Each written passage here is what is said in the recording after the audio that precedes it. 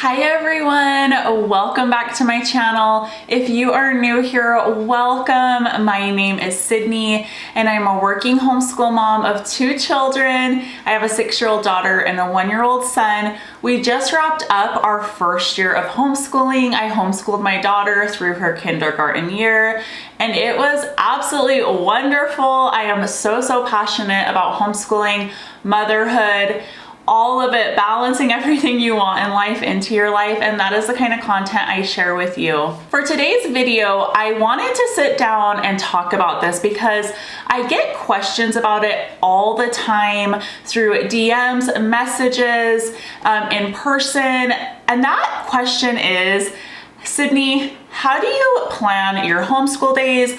What is your favorite homeschool planner? How do you do this? How do you structure your days? I am going to break it down for you guys today in this video. And this is just how I have structured our days for our kindergarten homeschool year. Obviously, depending on the age of your kids, how many children you have, this could look so different for every single family. So if you want to plan your homeschool days differently than I do, if you're like, that wouldn't work for me, that's great because everyone has to do what works best for them. Every homeschool family is different. We all parent differently. We all think differently. And this is just what works for me. But I feel like it is so valuable for me to share it with you because a lot of times people can't see doing homeschool the way that I do it. And to me, it just makes the absolute most sense. It fits into our life seamlessly and it works so well for us. I have tried all sorts of things during our first year of homeschooling. And I'm going to tell you today how I plan my homeschool days. When we first started our kindergarten year of homeschooling, I thought probably a lot like you're thinking if you are new to homeschooling. And that is that you're gonna need like a homeschool planner. You've got to sit down, lesson plan, and figure out how you're going to structure your days. That's what I did when I first started homeschooling too. And I'm going to show you the planner that I used. Spoiler alert, I'm not a planner girl. So when I was like thinking, how am I gonna do this? I bought a planner and this planner is beautiful. So I wanna show it to you. It's called A Simple Plan. This is a really beautiful homeschool planner if you want to use a planner. It has like planning in it. What I liked about it is that all of the dates are already filled in. I didn't want one that had blank dates. So this one, all the dates are filled in on it. I believe it has like Bible quotes in it, which is really beautiful. This is a great planner. I think it even had like, if you need to do like a record keeping for your state, there is a section to keep records. It really had everything in it. It even has like fun little stickers in it. So when I first started homeschooling, I bought this and I used it. Let's look here. Let's see how long I actually used this planner. I don't even remember what month I tried using it in. Let's see, maybe August, it looks like.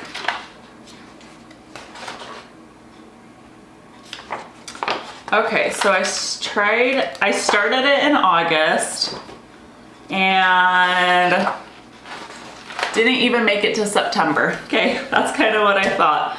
About probably 3, maybe 4 weeks of using a planner. If you want a planner, this is a great one. For me, no, I do not use a planner. So this is like kind of a hot topic because people want to know what kind of planner I use and I don't use one.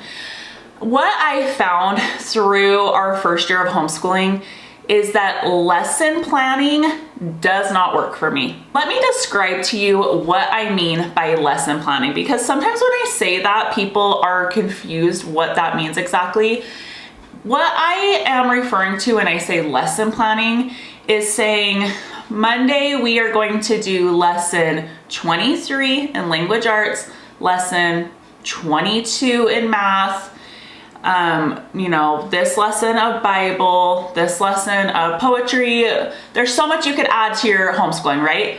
But it's going off of a particular lesson and with the goal of accomplishing that lesson that day.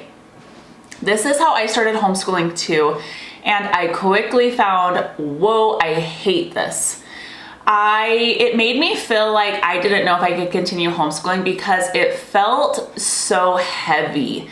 The weight of lesson planning and telling your brain I need to get through this lesson on this day is just way overwhelming for you, for your child, all of it.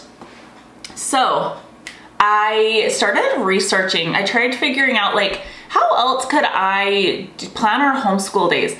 And I had a really hard time finding other examples. And then I started to come across like loop subjects, looping things in. And when I first heard of that, I was like, oh, okay, wait, so like loop it in and then just like move on with the rest of your day. The next day, loop in what you didn't loop in the day before. And I was like, how can I configure that where it's kind of like we're like constantly like looping subjects in, but I also wanted like the core subjects there. And I came across a concept that is called time blocking. You guys, this saved my homeschooling, I think. This made homeschooling feel so free, so wonderful. It was the key for what I had been looking for when I decided I wanted to homeschool. I want to be a homeschool mom, and it's what made me absolutely fall in love with homeschooling. I'm going to describe to you what time blocking is. Once I set aside, okay, we're not doing this lesson this day, this lesson this day. You guys, that would also sometimes take us like all day because we'd get through, my daughter was only 5, we're doing kindergarten, okay? We would do maybe like, I don't know, 20 minutes, and that would only get you through like half a lesson. So then all day long, I was trying to like get my daughter to come sit down to like finish a lesson. Whoa, it was exhausting, and I hated it, she hated it. So when I came across this concept of time blocking, I felt free. Time blocking is taking your list of subjects and creating time frames for how long you're gonna work on each subject. This is very much so Charlotte Mason inspired. This is how Charlotte Mason believed students should be taught in short, focused segments of time. In the younger years, she would recommend no more than 15 to 20 minutes per subject, like at its max. And sometimes like she'd be like, you can do less than that, you know, do like 10 minutes of reading and things like that. And this is where I realized like, whoa, I'm really kind of like a Charlotte Mason homeschool mom. This is how I want homeschooling to look in my family. I want living books. I want time blocking. I want lots of different subjects that we're covering, lots of different ideas that we're talking about. And I just absolutely fell in love with a Charlotte Mason philosophy, pedagogy, her way of teaching students. And that is where I learned about time blocking, and that's when I started incorporating it into our homeschool. And I don't know if you can see on the board behind me, I don't know if my camera will focus, but I have this right here time blocked out. So that is how I structure our days now. And this is just how I've done it for kindergarten, which is obviously a lot less subjects than it will be going forward. And Charlotte Mason also didn't have children. She doesn't believe that children should start actual like schoolwork until the age of 6, which I did start at the age of 5. And I don't have any regrets about that. I'm really happy that I started at 5 with my daughter, with like learning how to read, learning math concepts, all of that. I don't regret that at all. And with my little boy, I will do the same. I'll probably start him. I sent my daughter to preschool. I have like a whole video talking about like our history, but he won't be going to preschool, obviously. And I will start doing some like gentle learning with him probably when he's about 3. It'll totally depend on his curiosity and things like that, but that's a total side story. But for kindergarten, we had very minimal subjects. We did handwriting, Bible, language arts, math, and science. Those were like our main subjects right there. And I would time block it. So what I did, how I kind of like learned what's the time frame, because that can be tricky to know how much time to spend on something. And I knew I was not gonna go over that like 15, 20 minute mark that Charlotte Mason had suggested for students. So we would just kind of like do our lessons like normal, and I would start to pay attention to my daughter's cues and notice when she seemed checked out. And when she seemed checked out, that's when I was like, okay, so she can focus on language arts for about 10-15 minutes max. If it's like a really good day, we can go longer, but it's usually like I can kind of tell when she starts to get checked out. And I would find that sweet spot, and then I worked our time blocking around that. So what I found for us that worked really good was 5 minutes of handwriting, 5 minutes of Bible, 15 minutes of math, 15 minutes of language arts, and then I loop in science once a week. And that usually takes us, it totally depends on like if we're doing a craft or something like that, but that will sometimes take us 15-20 minutes. So I just had to figure out like what works for my daughter and where does she get checked out.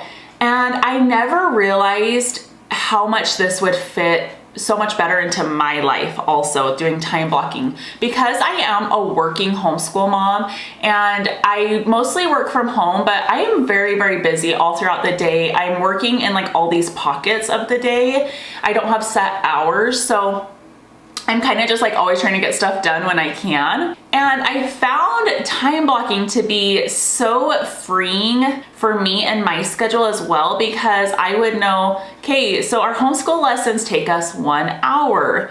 That's what was cool too. Before you don't know how long that's gonna take you. You don't know when you're lesson planning if that's going to take all day, because you don't know how long it's gonna take your child to get through one lesson, what their attention span's gonna be, how many breaks they're gonna need in between, how much, like you're gonna be fitting it in all day. I am just telling you, if it works for you, ride with it, roll with it.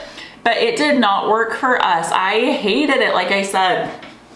And time blocking, it gave me so much more like space to clear up my mind to say, okay, so we homeschool from 9 to 10 and then we're done for the day. You get to go play, go do whatever you want to do.